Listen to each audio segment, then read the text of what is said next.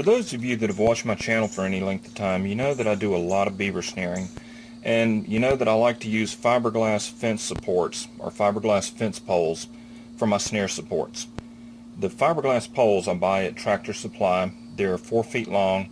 They run about $1.19 a piece. But what I like about them is that they're lightweight, they're very durable, and the beaver don't chew on them. So they make a great snare support for me. I use some of them in their original 4-foot length, and then a lot of them I cut into 2-foot lengths. They're a little bit more practical for most of the situations. One of the things that I've learned is if you're going to make any type of cut or drill any holes in fiberglass, it helps to put some tape, electrical tape, on the area that you're going to work on. This pole is 3 years old. It's seen 3 seasons of very hard use. You can see the area where I drilled the hole and had it wrapped with tape. It really hasn't split or anything. It's in good shape for 3 years.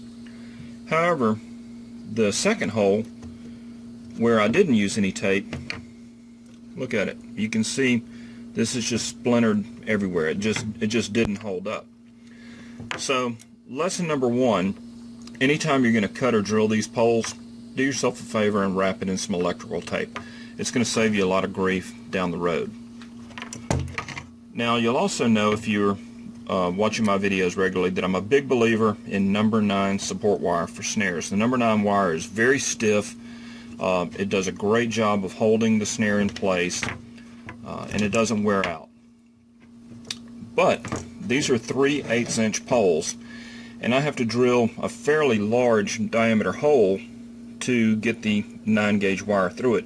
So this year on my new batch of poles, I'm going to go to 11-gauge wire and see how that works. I think the 11-gauge is going to be plenty stiff enough to hold my snares in place, and with the 11-gauge wire I'm only going to have to use a 1/8" drill bit, which is going to mean a smaller hole in this 3/8" pole, and I think that's going to buy me some extra strength at the drill point. We'll see.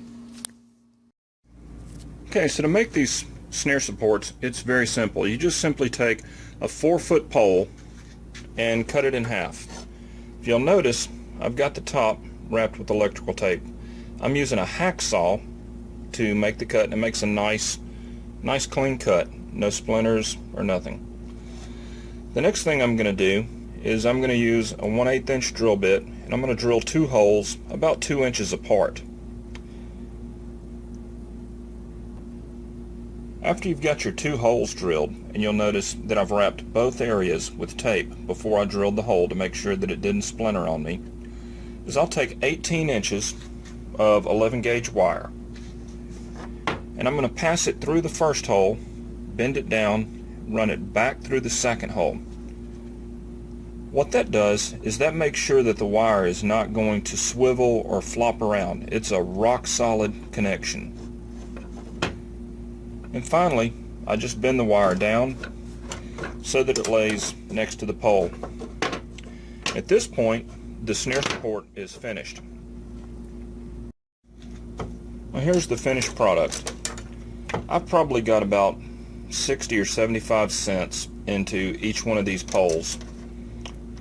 60 cents for the pole, a little bit of electrical tape, and 18 inches of wire, and that's about it. Now if I get another 3 years out of this batch of poles, that's about 25 cents a year per pole, which is pretty doggone cheap. Now you could use sticks. You can go out in the woods and find sticks. They're free. There's nothing wrong with that. But like I say, these poles are very fast to employ. They are very lightweight. They don't take up very much room. The wire is all the same size on them. Everything is standard and uniform, and it makes it really easy to go out and put a snare set in place. So anyway, I hope this has been of help to you and you found it interesting. But just remember, this is the off season, and this is when you need to be getting your gear ready.